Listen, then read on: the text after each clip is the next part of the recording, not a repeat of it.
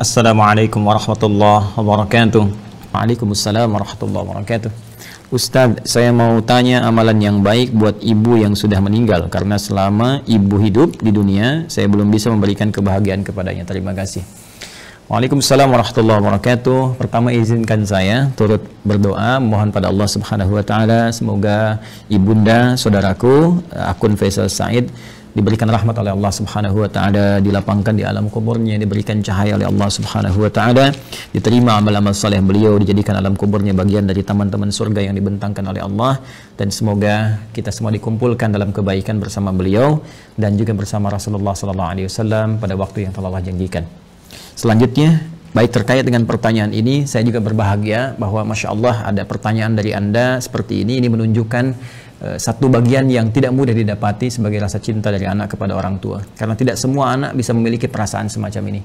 Maka berbahagialah ketika tumbuh nilai-nilai itu, kecintaan kepada ibunda yang memang sangat dimuliakan dalam Al-Quran. Ya, seorang ibu Masya Allah berapa kali mendapatkan keutamaan dalam Al-Quran, ya, seperti di Quran surah ke-31 misalnya di ayat ke-14, Quran surah ke-46 di ayat ke-15, bagaimana Allah melukiskan perjuangan seorang ibu sampai kita harus berbakti maksimal kepadanya, kan, sampai nanti puncaknya di Quran surah ke-17 ayat 23 ketika Allah menetapkan kita harus berbakti kepada Allah, setelah itu meletakkan bakti kepada kedua orang tua setelah pengabdian kita dan penghambaan kita kepada Allah Subhanahu wa taala.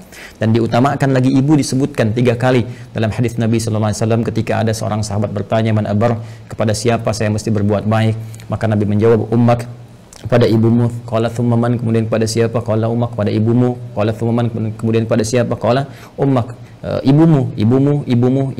Baru kemudian yang keempat disebut abak. Ya, bukan berarti dalam konteks ini ayah misalnya tidak punya prioritas, tidak, tapi ini ingin menunjukkan bagaimana keutamaan seorang ibu yang memiliki keistimewaan di hadapan Allah dan Rasulnya. Pun demikian ayah pun nanti punya keutamaan dalam konteks yang terpisah. Dari sini Nabi memberikan bagaimana isyarat kepada para sahabat, ya ridwanullah alaihim jami'an, untuk berbakti kepada ibundanya. Ya, dalam keadaan hidup misalnya, kalau Anda buka kitab Al-Adabul Mufrad karya Al-Imam Al-Bukhari, dikisahkan bagaimana seorang yang berjuang sudah berangkat ke medan jihad, dilaporkan oleh kawannya, ya ibunya sedang menangis. Ya, karena belum bisa melepas kepergiannya pada saat itu, belum ketemu chemistry-nya. Ya, maka Nabi memanggil kemudian si anak muda ini, yang dipanggil oleh Nabi, maka Nabi katakan kepadanya, idhab, ya irji' ila ummik, bermakna pergilah kembali, pulang kepada ibumu, buat dia tertawa sebagaimana engkau telah membuatnya menangis. Buat dia tertawa sebagaimana engkau telah membuatnya menangis. Ini para ulama mengomentari bagaimana kedudukan seorang ibu sampai jihad berbakti kepadanya dalam keadaan hidupnya, membahagiakannya, memuliakannya, ya itu diutamakan bahkan melebihi jihad dalam medan perang jika ada kemudian hal-hal yang menuntutnya secara syar'i. Al-Imam Ali bin Abi Thalib karramallahu wajhah, ya, mengomentari statement Nabi sallallahu alaihi wasallam ketika menyebutkan 3 kali ummak, ibumu. Maka dikomentari oleh beliau, karena ibu memiliki 3 keistimewaan yang tidak didapati oleh ayah. Yang pertama, ibu yang mengandung, ayah tidak mengandung. Yang kedua, ibu melahirkan, ayah tidak melahirkan. Yang ketiga, ibu menyusui, ayah tidak menyusui. Dengan 3 keutamaan ini, Nabi kemudian memberikan gambaran ibumu. Ada komentar yang lain bahwa ketika orang ini bertanya, maka peluang terbaiknya untuk berbakti ada kepada ibunya. Sehingga Ibnu Abbas radhiyallahu ta'ala anhuma ketika didatangi oleh seseorang di masa beliau menjadi mufti, ya, aku punya persoalan, aku punya maksiat yang cukup tinggi aku kerjakan, bagaimana cara bertobat kepada Allah Subhanahu wa taala? Ibnu Abbas kemudian berkata, apakah engkau masih punya ibu? Ya, kata orang ini, ya aku masih punya ibu. Maka kata Ibnu Abbas radhiyallahu ta'ala anhuma, pergilah engkau pulang, ya, kemudian layani ibumu, bahagiakan ibumu, ya, dan berbuat baiklah kepada ibumu. Orang ini bertanya, kenapa engkau berfatwa demikian, kan? Dia tidak menyuruh misalnya saya maksimalkan salatnya, maksimalkan misalnya sedekahnya, tapi yang diutamakan ke ibu. Karena kata Ibnu Abbas radhiyallahu ta'ala anhuma, saya tidak melihat yang lebih utama untukmu saat ini kecuali yang itu. Inilah bagaimana kejeniusan Ibnu Abbas radhiyallahu ta'ala anhuma, karena memang dalam narasi-narasi ayat-ayat Al-Quran firman Allah Subhanahu wa ta'ala, kedudukan membahagiakan berbakti kepada ibunda itu langsung ditempatkan oleh Allah Subhanahu wa ta'ala setelah penghambaan kita kepada Allah. Wa qadha rabbuka alla ta'budu illa iyyah wa bil walidaini ihsana. Kepada kedua orang tua kita wajib berbuat baik, ditempatkan setelah penghambaan kepada Allah. Dan di antara kedua orang tua ini, ibu menempati posisi yang sangat tinggi. Wassaynal insana biwalidayhi hamalathu ummuh. Jadi ketika 2 ini disebutkan, Kata Allah di Quran surah 31 di ayat ke-14, dan kami wasiatkan kepada ke seluruh anak-anak itu untuk berbakti kepada kedua orang tuanya. Siapa di antara mereka kalau mau didahulukan? Ya hamalathu ummu, maka prioritaskan ibumu dulu, ya kan? Ayah juga kita hormati, ya, kita istimewakan, tapi ibu di sini dalam konteks kita ada pertanyaan, ibu mendapatkan kedudukan yang sangat luar biasa. Demikian di Quran surah ke-46 ayat 15. Nah, ini yang paling menarik dalam konteks kehidupan. Allah, Rasulullah SAW meminta kita memaksimalkan, orang banyak berbuat baik, tapi tidak sedikit orang-orang yang bisa memaksimalkan itu setelah ibunya wafat. Dan Anda termasuk yang dianugerahi oleh Allah Subhanahu wa taala kemampuan, keinginan dan azam untuk berbuat baik ibu walaupun telah wafat. Maka berbahagialah. Di antara caranya ada yang Nabi SAW sampaikan, bahkan disebutkan dalam hadis riwayat Muslim sampai dengan 9 lafaz. Saya sebutkan hadisnya, qala Rasulullah sallallahu alaihi wasallam, idza matal insanu atau idza matal abdu. Ya, kata Nabi SAW, jika seorang manusia yang biasa beraktivitas. Jadi insan itu, kata insan disebutkan 65 kali dalam Al-Quran, menunjuk pada term manusia dengan totalitas aktivitasnya. Jadi kalau terkait dengan nafsunya, tampilan fisikalnya disebut dengan bashar, 35 kali disebutkan dalam Al-Quran. Jika terkait dengan sifat-sifat lembutnya, harmoninya, yang berbeda dengan jin, ya, dari penampakan dan gaibnya, itu disebut dengan al-ins. 18 kali ins dan jin dipasangkan dalam Al-Quran. Kemudian ada lagi menyebut sifat sosialnya an-nas, setidaknya 241 kali kurang lebih disebutkan dalam Al-Quran. Jika menyebut asal genetiknya disebut dengan Bani Adam, disebutkan 7 kali dalam Al-Quran. Nah, kalau disebutkan insan, al-insan 65 kali disebutkan dalam Al-Quran, itu menunjuk kepada totalitas aktivitas. Jadi saat mulai bangun tidur sampai tidur lagi. Nah, kata Nabi, idza matal insanu, jika manusia yang biasa beraktivitas dari mulai bangun tidur sampai tidur lagi, dari bangun sampai tidur lagi, kemudian meninggal, wafat. Ya, di kalimat pertama ini, pembuka hadis ini ingin memberikan kesan kepada kita bahwa mohon maaf sekali, sepadat-padat apapun kita beraktivitas, pada akhirnya meninggal juga. Pada akhirnya wafat juga. Karena itu pembuka hadis ini memberikan satu pengingat yang sangat penting kepada kita. Jangan lupa, awas, jangan lalai bahwa satu saat kita akan pulang kepada Allah.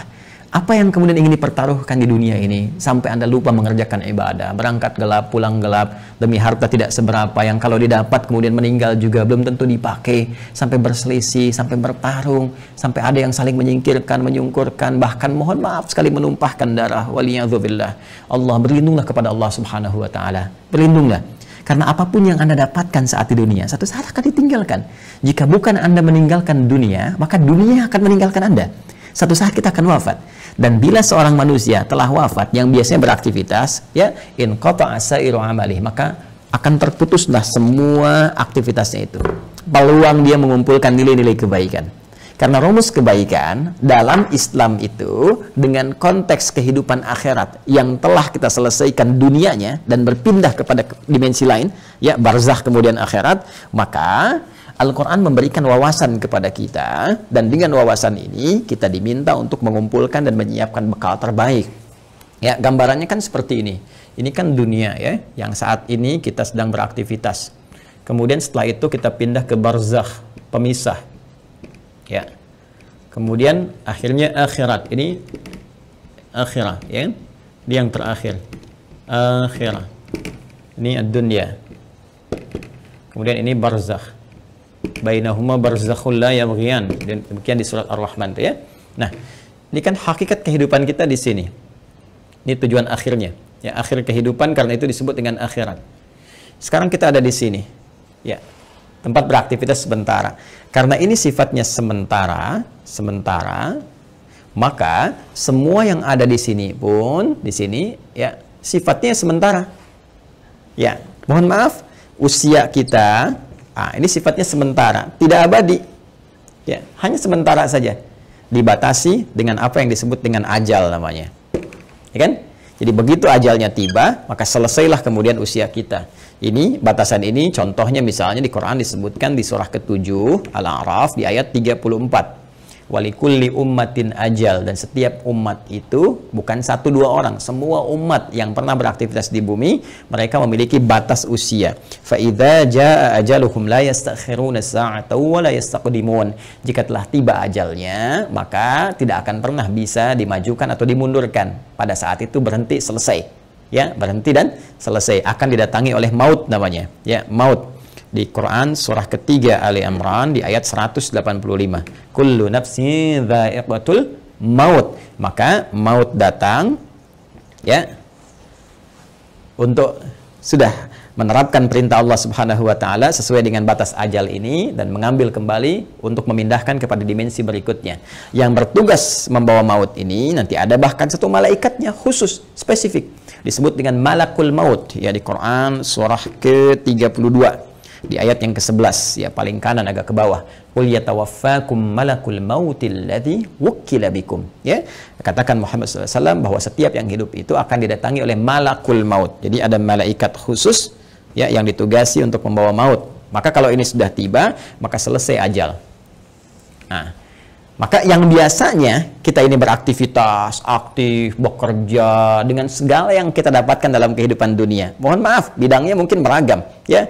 Ada yang di kesehatan, kedokteran, medis, ada yang insinyur, ada yang di militer, tentara, ada yang Polri misalnya, ada yang di politisi, ya, di politik, jadi politisi misalnya, ada yang di pemerintahan, birokrat, ada yang ustadz mengajar, dosen, guru dan sebagainya. Pada akhirnya, sepanjang semua bernama makhluk, ya, dan spesifik manusia, pada akhirnya semua kegiatan itu akan tuntas, selesai. Ya, semua manusia yang beraktivitas tadi disebut dengan insan, al-insan. Ya, ada surah ke-76 dalam Al-Quran, al-insan. Ya, kata Nabi, idza matal insan, jika semua manusia yang beraktivitas ini sudah tiba nih, sudah tiba ajalnya. Ya, tiba maut. Ya, maut itu sifatnya, keadaannya. Mata itu kata kerjanya, mata yamutu mautan. Ya, mata yamutu mautan. Idza matal insan, jika tiba maut ini menjemput manusia, ya, sudah datang ajalnya, tiba maut dan menghentikan semua aktivitas yang pernah ia lakukan. Tadi saya katakan, semua pembuka di hadis ini kalimatnya singkat padat, cuma 2 kata, matal insan, tapi pesannya sangat dalam, memberikan kesan bahwa apapun yang kita banggakan pada hakikatnya akan selesai. Apapun yang kita tonjolkan dalam kehidupan, pada hakikatnya akan selesai. Apakah harta benda yang kita tampilkan, apakah kedudukan yang kita tonjolkan, dan sebagainya, semua akan tuntas, selesai dengan tibanya maut. Ya, karena sifatnya kehidupan kita di dunia ini sementara, maka usia pun sementara, bekalnya pun sementara. Silakan Anda kumpulkan sampai banyak bermewah-mewah misalnya. Mohon maaf, kendaraan banyak yang mewah, pakaian mewah. Pada akhirnya meninggal nggak dibawa. Ya, alam kubur itu tempatnya hanya setempat seukuran jasad kita saja. Nggak ada seukuran rumah Anda, seukuran mobil Anda untuk memasukkan semua aset Anda. Tidak, selesai kawan. Karena itu sering-kali merenung, sering-sering merenung. Pada akhirnya, apa sih yang mau dicapai di kehidupan dunia ini? Kalau kita memang akan berpindah. Dan setiap tempat yang disinggahi, fitrahnya membutuhkan bekal. Ya, Anda saja di dunia, saya sering katakan, dalam konteks kehidupan dunia saja, misal, saat ini saya ada di Bekasi misalnya, ya kan? Saya akan pergi di satu provinsi yang sama, ya. Misalnya ke Bandung lah, sama-sama Jawa Barat misalnya. Atau ke tetangga ke Jakarta misalnya. Ya. Ini kita ke Jakarta saja yang jaraknya tidak terlampau jauh, mesti punya bekal. Ke Bandung mesti punya bekal. Apatah kalau saya ingin ke Sumatera, kalau saya ingin ke Papua, atau saya ingin keluar Indonesia misalnya, pasti harus punya bekal. Mustahil berpindah tempat, ruang, dan waktu tanpa bekal memadai yang kita bawa. Itu mustahil. Ya, nah kalau dalam konteks keduniaan saja mesti punya bekal, maka bagaimana dengan dimensi yang berbeda? Dunianya kita tinggalkan. Ini kan kalau dari sini masih ke Malaysia, masih dunia, ya kan? Ke Amerika masih dunia. Ini sekarang kita meninggalkan dunia. Bahkan pengumuman disampaikan telah meninggal dunia. Artinya meninggalkan dunia, maka mutlak mesti punya bekal. Dan di dalam konteks keduniaan saja, bekalnya bisa beda. Saya pergi ke Arab, di Arab mungkin kulturnya beda, makanan pokoknya tidak sama, maka bekal yang dibawa pun akan menyesuaikan dengan itu. Sekarang kalau dalam konteks kehidupan dunia saja, bekal di satu tempat bisa berbeda, maka apalagi dengan dimensi yang berbeda. Mesti ada bekal untuk hadir ke sini. Ya. Di saat kita bawa ke sini, semua bekal dunia tanggal, yang dunia ini hilang. Ya, karena beda tempat. Sekali lagi, apa yang kita bawa di sini, kita bawa rupiah dari sini. Apakah akan laku dibawa di Amerika? Ya, laku misalnya dibawa di Kanada, laku dibawa di Jerman dan sebagainya. Belum tentu. Belum tentu. Kita harus tukar dulu gitu kan? Atau barangkali belum berlaku misalnya dan seterusnya. Boleh jadi. Nah, sekarang kita akan pindah tempat, dimensi berbeda. Apa yang harus kita bawa? Apa yang harus kita siapkan di dunia ini? Ya, sehingga kita bisa bawa saat berpindah ke alam barzakh ini sebagai persiapan menuju akhirat. Ya. Maka tiada lain, rumusnya lanjutkan hadisnya, in qata'a sa'iru amalihi, maka terputus semua peluang amalnya. Ya, pertama amal. Nah, amal. Amal itu masih umum. Amalan itu masih umum, semua perbuatan manusia yang akan dipertanggungjawabkan di hadapan Allah disebut dengan amal namanya. Ya, faman ya'mal mithqala dzarratin khairan yarah wa may ya'mal mithqala dzarratin syarran yarah. Ya, jadi semua perbuatan kita dari bangun tidur sampai dengan tidur lagi itu disebut dengan amal. Nah, ini kalau sudah meninggal, mata, datang maut, ya, terputus semua amal, aktivitas selesai. Ya.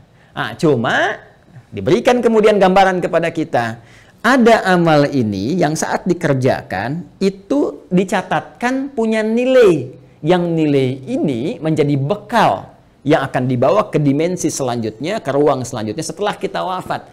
Singkatnya dibawa ke alam barzakh, bahkan sebagai bekal menuju akhirat. Dan ini bisa kita siapkan saat di dunia. Ya, apa nama amalnya? Ini yang disebut dengan amal saleh. Ya, jamaknya disebut dengan salihat. Amal saleh, jamaknya apa? Salihat. Ya, jadi amal ini ada yang netral, umum, kan? Nah, ini amal yang saat dikerjakan punya nilai untuk dibawa pulang menghadap Allah dan dibawa bekalnya ke tempat dimensi berbeda di barzakh sampai dengan ke akhirat disebut dengan saleh. Jamaknya disebut apa? Salihat. Ya. Singkatnya, setiap perbuatan yang dinilai sebagai ibadah oleh syariat. Ya, jadi setiap perbuatan kalau kita kerjakan diniatkan sebagai ibadah, maka itu namanya amal saleh. Jelas ya? Baik, jamaknya disebut dengan apa? Salihat. Ya, muncul Quran surah ke-103 misalnya Allah firmankan, ya, di surat Al-Asr, wal 'asr innal insana lafi khusr illa alladzina amanu wa amilus shalihat. Nih, ya, wal 'asr, demi waktu, momentum, ya, yang Allah berikan kepada setiap manusia untuk beraktivitas. Nih, dikasih kesempatan dari pagi kan, bahkan dari bangun tidur sampai tidur lagi silakan beraktivitas. Tapi kalau aktivitasnya cuma mengejar dunia saja, kata Al-Quran berpotensi rugi. Karena saat dia meninggalkan dunia, fakir, dia nggak punya bekal. Ya, ada di antara mereka yang cerdas. Mereka beraktivitas, mengerjakan dunia. Bahkan kaya dalam kehidupan dunianya. Kaya, mobil punya, kendaraan cukup baik, di rumah baik juga, Masya Allah. Tapi yang paling menarik, mereka juga punya persiapan-persiapan akhiratnya. Apa itu? Illalladzina amanu wa amilus shalihat. Ya, kecuali orang-orang yang cerdas, mereka beriman, yakin di antara keimanan mereka, selain iman kepada Allah, iman kepada Rasulullah, mereka pun yakin iman tanpa ragu ada kehidupan setelah wafat. Ya, makanya rukun iman kan ada 6. Ya, rukun iman yang kelima kan apa? Iman pada hari akhir. Hari akhir itu implementasinya yakin kita akan meninggal, yakin akan dihisab. Karena kita yakin kita punya iman, kita siapkan. Itu cara memahaminya. Karena itu orang cerdas menyiapkan setelah wafatnya ada kehidupan. Anda yakin nggak? Kalau Anda nggak beriman, nggak usah komen. Tapi kalau Anda yakin Anda beriman, Anda siapkan. Keyakinan kita memberikan dorongan kepada kita untuk menyiapkan bekal setelah kita wafat. Apa yang mau kita siapkan? Allah saking rahmannya memberikan bocoran kepada kita, bimbingan kepada kita. Nih, siapkan bekal ini. Ini bekal yang cuma satu-satunya dibawa saat kita wafat. Apa itu? Wa amilus shalihat. Ini dia. Amal-amal saleh. Maka jadikan setiap bekal kegiatan kita itu menjadi amal saleh. Caranya bagaimana? Niatkan karena Allah Subhanahu wa taala. Ya, niatkan karena Allah lillah, bekerja karena Allah, merawat anak karena Allah, di rumah tangga karena Allah. Bahkan nanti implementasinya Nabi SAW memberikan panduan dengan doa langsung. Makanya saya sering katakan dalam Islam semua aktivitas itu punya doanya. Bangun tidur ada doanya, sampai mau tidur lagi ada doanya. Semua aktivitas kita. Tatkala kita pun belum memahami, sertakan kalimat Bismillahirrahmanirrahim. Kullu amrin dzibalin la yubda'u fihi Bismillahirrahmanirrahim fahuwa abtar au a'ta'. Setiap perbuatan baik yang tidak disertakan Bismillahirrahmanirrahim, karena Allah, Bismillah, saya kerjakan ini karena Allah. Ya, kalau Anda tidak sertakan itu, tidak niatkan karena Allah, fahuwa abtar au aqta, maka terputuslah peluang bekal akhiratnya. Kalau Anda kerjakan, misal saya mau nulis nih Bismillahirrahmanirrahim atau singkat Bismillah misalnya kan, saya niatkan karena Allah supaya tulisan ini punya manfaat, supaya tulisan ini punya nilai di hadapan Allah. Maka begitu saya tuliskan, misal ya, ini saya tuliskan bekal dunia amal saleh misalnya. Saya tuliskan karena Allah, lillah, supaya kita bisa pahami ini semua. Maka pekerjaan amal saleh ini, amilus salihat, ketika kita niatkan karena Allah, diberikan nilai oleh Allah. Nilai itulah yang disebut dengan hasanah namanya. Hasanah. Hasanah. Ini dia. Hasanah. Nah, berapa nilainya? Berapa poinnya? Disampaikan dalam Quran surah ke-6 Al-An'am di ayat 160. Man jaa'a bil hasanati falahu asyru amthaliha. Siapa yang mengerjakan kebaikan, diniatkan sebagai ibadah karena Allah, menjadi amal saleh, maka dia punya poin hasanah. Setiap satu kebaikannya dicatatkan langsung 10 nilainya. Ini nilai terendahnya, 10. Ya, 10. 10 itu hitungannya bukan 1, 2, 3, 4, tidak. Dalam pandangan Allah berbeda cara menghitungnya. Di hadis Muslim, datang ke masjid saja, dia kan baru datang untuk niat ibadah dapat 25. Satu kedua 500 tahun, dua ketiga 500 tahun, demikian seterusnya. Dan ini poin yang paling kecilnya. Nanti ada kalau infak bisa berapa, gitu kan? Nanti ada kalau baca Al-Quran bisa berapa, lebih banyak, lebih banyak, lebih banyak lagi. Nah, itu yang disebut dengan hasanah. Karena itu sering kita berdoa di Quran surah kedua Al-Baqarah di ayat ke-201. Wa minhum may yaqulu rabbana atina fid dunya hasanah wa fil akhirati hasanah wa qina adzabannar. Dan di antara mereka banyak yang berdoa kepada Allah, ya Allah, mohon bimbing kami untuk mengerjakan semua kegiatan dunia punya nilai akhiratnya hasanah. Dan di akhirat bisa dilihat hasanah itu, ya Allah, sehingga mengantarkan kami pada rahmat-Mu dan memasukkan dengan rahmat itu ke dalam surga-Mu, ya, berjumpa dengan Rasulullah sallallahu alaihi wasallam. Amin, kan? Nah, kalau seorang meninggal terputus semua peluang ini. Ya, jadi nggak bisa mengerjakan hasanah lagi. Tapi ada rahasia. Kata Nabi, ada 3 amalan yang kalau dikerjakan, Masya Allah, ini yang sudah meninggal nggak bisa ngerjakan lagi, tapi hasanahnya tetap mengalir, pahalanya tetap mengalir, ngalir. Dan di antara yang 3 itu Nabi menyebutkan, perhatikan kalimatnya, idza matal insanu aw idza matal abdu inqata'a sa'iru amali illa min thalath, ya, aw illa min thalathatin. 1, shadaqatin jariyah. Sedekah jariyah. Ya. Nah, ini kalau kita gali lagi, ini lebih panjang lagi nih. Ya, mohon bersabar ya teman-teman sekalian. Ya, sedekah itu adalah setiap kebaikan yang mampu kita kerjakan. Kullu ma'rufin sedekah. Semua jenis kebaikan yang mampu kita kerjakan. Nah, sedekah dibagi pada 2 bagian. Bagian yang pertama yang tidak mengalirkan pahala abadi untuk kita. Maksudnya kalau kita wafat selesai. Yang kedua, kalaupun kita wafat, pahalanya tetap mengalir. Seperti apa yang dimaksudkan 2 keterangan ini dan bagaimana saudara kita, ya, Faisal, semoga Allah rahmati beliau dan ibundanya serta keluarga besarnya bisa memaksimalkan ini untuk memberikan yang terbaik pada ibundanya. Nanti kita lihat setelah menunaikan salat Isya berjamaah. Mohon izin kembali kita lanjutkan bahasan kita, bahwa pertama dari akun Faisal Said tadi menanyakan sebelum Isya, beliau berkenan menginginkan adanya satu amalan yang bisa dipersembahkan untuk ibundanya yang telah wafat dan ingin membahagiakan beliau dalam keadaan saat ini. Bagaimana, apakah ada bimbingan dalam Al-Quran ataupun hadis-hadis Nabi SAW? Tadi telah kita buka, telah kita sampaikan dengan begitu mendetil bahwa Al-Quran memberikan peluang terbaik bagi seorang anak ataupun anak-anak yang ingin berbakti kepada kedua orang tua, khususnya ibundanya tercinta. Baik itu saat masih ada bersama beliau ataupun juga telah meninggalkan bagian dari keluarganya. Di antara amalan-amalan itu, Nabi SAW memberikan gambaran kepada kita dalam salah satu sabdanya, dan bahkan disebutkan tadi saya katakan hampir 9 lafaz dalam Imam Muslim. Ya, Nabi SAW menyampaikan, qala Rasulullah SAW, idza matal insanu, jika manusia yang telah beraktivitas itu dari mulai bangun tidur sampai dengan tidur lagi, kedatangan maut, ya, tiba kemudian ajalnya, in qata'a sa'iru amalih, maka dengan wafatnya itu, dengan datangnya maut itu, terputuslah kemudian seluruh peluang aktivitas-aktivitas yang telah ia kerjakan, yang sebelumnya telah ia tenun. Sudah tidak ada lagi kesempatan. Maka karena tidak ada kesempatan beraktivitas lagi, di antara peluang untuk mencari bekal untuk pindah ke alam barzakh sebagai persiapan menuju akhirat pun terputus sudah.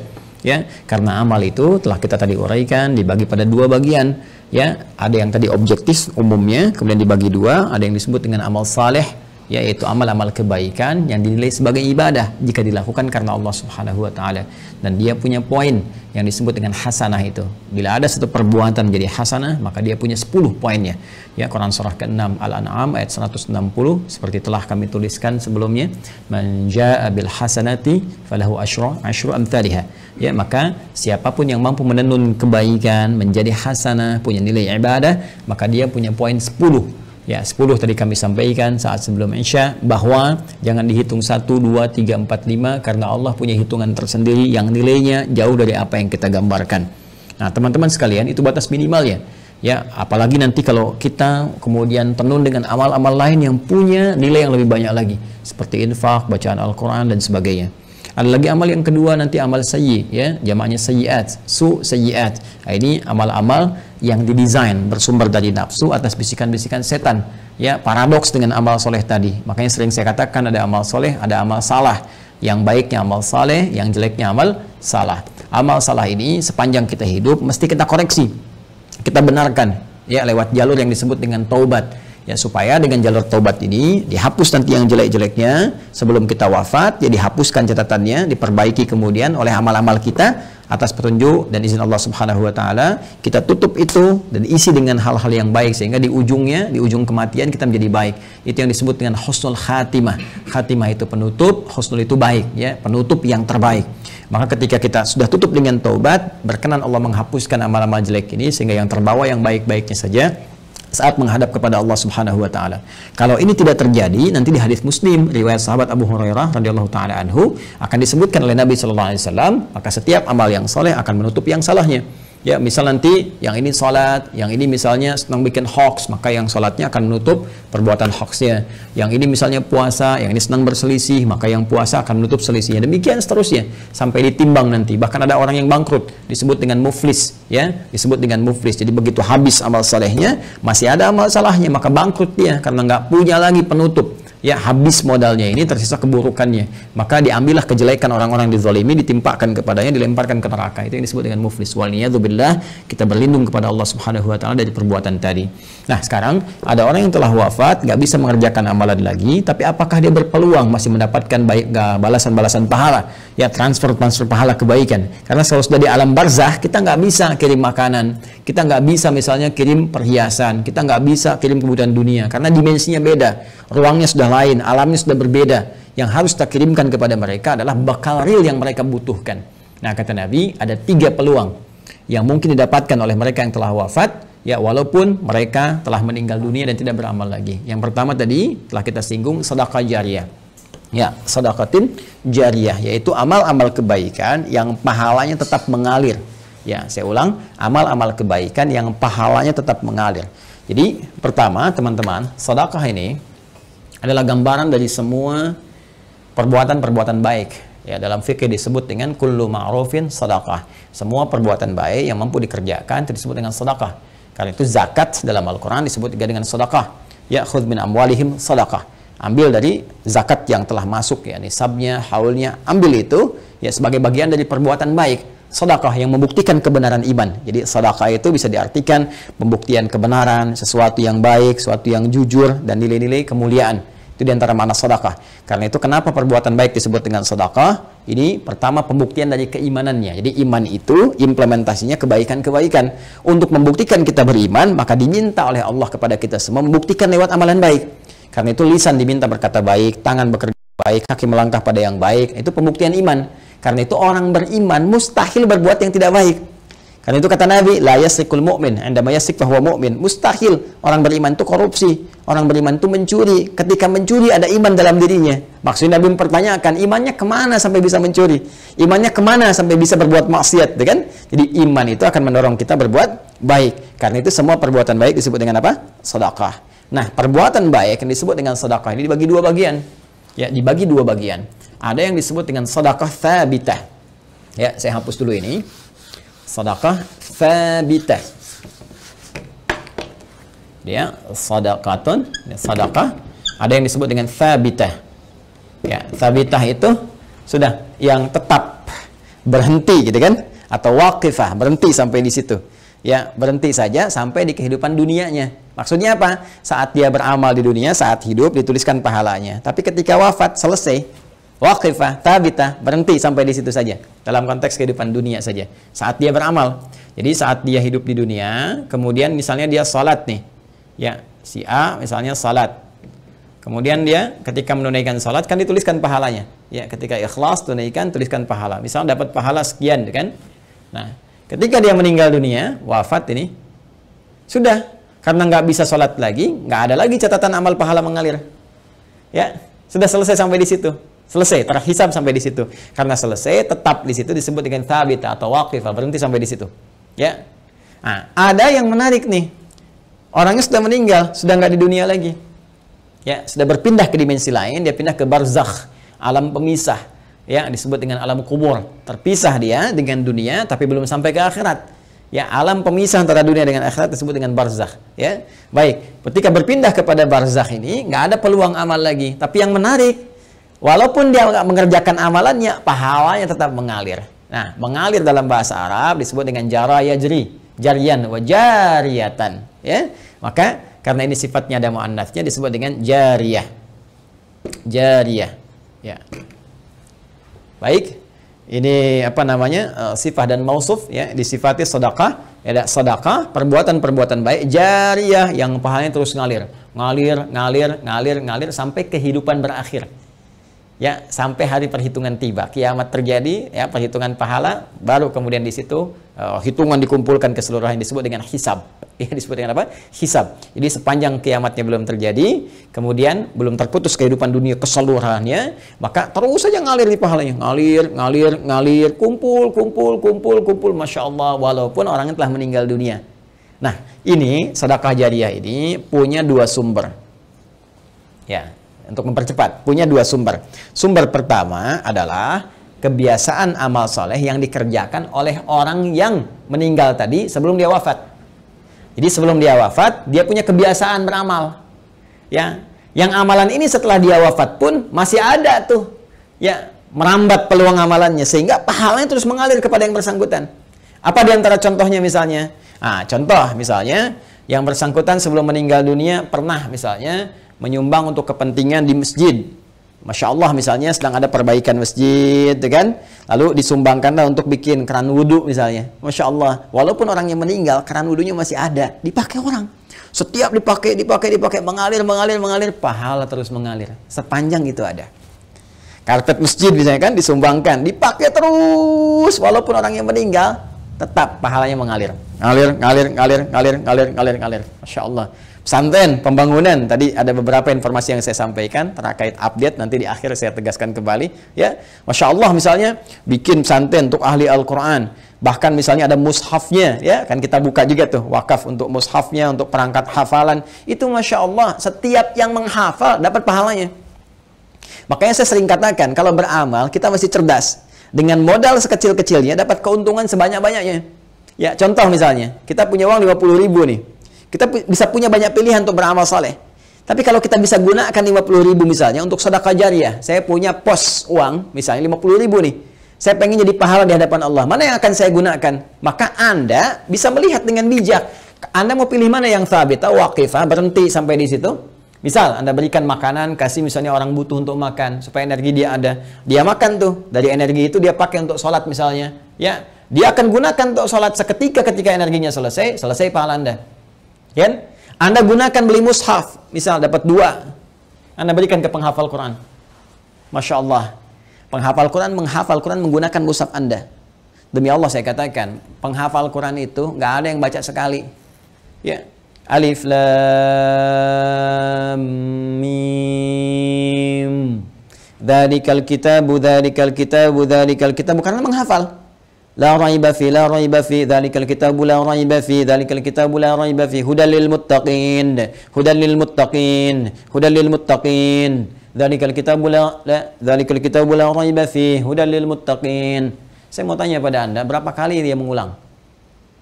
Berapa kali dia mengulang-ulang? Dan yang paling dahsyatnya, bukankah bacaan Al-Quran itu dinilai berdasarkan hurufnya, bukan ayatnya, bukan jumlah ayatnya tapi jumlah hurufnya. Man qara'a harfan min kitabillahi falahu asyru hasanat. Siapa yang membaca satu huruf saja dari kitab Allah, dia mendapatkan setiap hurufnya 10 kebaikan. Dan berapa banyak pengulangan disebutkan oleh penghafal Al-Quran. Jadi dengan modal 50.000 itu berapa banyak pahala dapatkan. Nah, kadar Allah, si A ini misalnya dapat 2 orang nih, si A dengan si B sudah hafal dia dua-duanya. Dipakai jadi imam, Masya Allah, ngajarkan lagi, ini merambat lagi. Mushafnya masih ada, diwariskan lagi pada orang lain.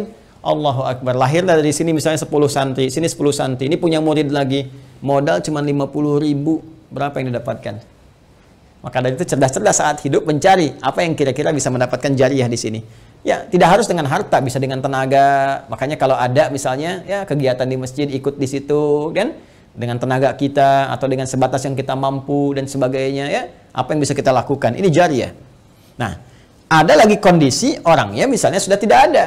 Ya, ini bisa dikerjakan oleh siapa? Oleh anak misalnya. Ya, anak. Apa yang dilakukan oleh anak? Seperti tadi. Ya, misalnya dia membelikan mushaf, dikirimkan misalnya kepada siapa? Ya, kepada para penghafal Quran. Niatkan itu untuk misalnya diarahkan kepentingan ibundanya. Tadi seperti yang tadi disampaikan. Ya Allah, saya berniat dengan wakaf mushaf ini atas nama ibunda saya. Itu boleh dilakukan.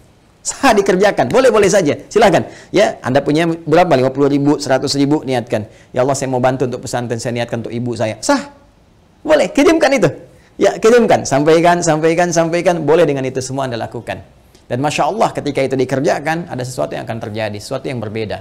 Ya, tapi juga ingat, tetap kita jaga dalam koridor amalan, amal solehnya. Nggak usah misalnya ditambahin apapun. Kalau saya sih sarankan, kalau Anda misalnya mau mushaf, sudah cukupkan dengan niat saja. Ya, dengan niat dalam hati kita bahwa ini kita niatkan untuk kepentingan ibunda saya. Ya, ini Anda nggak harus cantumkan misalnya, ya taruh foto misalnya, atau taruh ini, taruh itu nggak diperlukan menurut saya. Ya, walaupun mungkin ada pandangan berbeda, kita hormati. Tapi bagi saya pribadi, cukupkanlah seperti itu apa adanya. Sehingga dengan orang-orang membaca pun akan tercukupkan bagi pahala apa itu mengalir dengan izin Allah Subhanahu Wa Taala. Ya. Allah Ta'ala alam bisawab. Ini bagian yang pertama, sedekah jariyah. Satu. Ya, kemudian yang kedua, teman-teman sekalian, bisa dalam bentuk ya ilmin yuntafa'u bihi, ilmu yang bermanfaat. Ya, ini juga bisa dikerjakan dari orang yang hidup, misalnya pernah mengajar, gitu kan? Makanya saya sering katakan, mohon izin sekali, anak-anak itu kalau dia dari kecil tuh, orang tua mengajarkan. Ya, ajak misalnya sampingnya sholat, ajarkan. Al-Fatihahnya kalau bisa dari orang tuanya, ayah atau ibundanya. Karena akan dibawa terus sholat. Ya, di bawah sholat, ketika bisa dari orang tuanya, dipakai terus sholat, itu mengalir setiap anak sholat dapat bagian pahala. Ilmin yuntafa'u bihi, ilmu yang bermanfaat. Ya, bukankah orang tua banyak mengajarkan kebaikan? Pakai. Ya, dan yang ketiga, teman-teman sekalian, nah ini waladin salihin yad'u lahu, anak saleh yang banyak mendoakan kedua orang tuanya. Maka kalau tadi misalnya akun Faisal, saudara kita ingin berbuat baik, di antara 3 pilihan ini yang pertama bisa dilakukan, ya kan? Yang kedua bisa dipraktekkan, yang ketiga jadilah Anda pribadi yang saleh. Ya, jangan banyak larut dalam kesedihan. Manfaatnya nggak ada gitu kan. Sedih itu naluriah, fitrah, alamiah biasa saja. Itu terjadi pasti. Nabi pun sedih ketika ditinggal Sayyidah Khadijah misalnya. Bahkan ketika ditinggal pamannya, beliau sedih sekali. Sedih ya, itu biasa, itu fitrah. Tinggal ibunda beliau sedih. Ya, namun apa yang harus dilakukan oleh kita? Kita alihkan kesedihan itu menjadi sebuah energi yang positif yang mengantarkan kebahagiaan pada orang yang telah meninggalkan kita. Maka caranya apa? Perbaiki pribadi kita menjadi saleh. Ya, jadi anak yang saleh, yang disukai oleh Allah Subhanahu Wa Taala. Mulai rubah tampilan kita, tunaikan sholat dengan baik, rajin membaca Al-Quran, bekerja dengan baik, yang halal jauhi yang haram-haram. Ketika semua itu dikerjakan, Anda tinggal mengangkat tangan bermohon pada Allah Subhanahu Wa Taala. Ketika sifat saleh melekat pada seorang anak, maka doanya langsung mustajab. Waladin salehin yad'u lahu, seorang anak yang saleh yang ketika bermohon kepada Allah, langsung doanya diantarkan jadi cahaya ke kuburan ibundanya atau ayahandanya. Langsung jadi cahaya. Dan itu boleh jadi pilihan terbaik yang bisa Anda lakukan untuk mempersembahkan pada ibunda Anda. Ya, kalau perbedaan pandangan dari para ulama itu biasa-biasa saja. Ya, A memandang, B memandang, tidak ada masalah. Tapi ijtihad satu tidak bisa membatalkan ijtihad yang lainnya karena peluang ini terbuka. Ya, jadi kalau ada tadi yang membatasi misalnya sepanjang dia masih hidup, tapi juga ada yang kemudian membatasi, yang menafsirkan tidak boleh dari orang yang hidup pun memberikan kebaikan-kebaikan karena perkara umum. Sepanjang tidak ada takhsisnya, tidak ada kekhususan, maka maknanya tetap umum. Jelas ya? Wallahu ta'ala alam bissawab.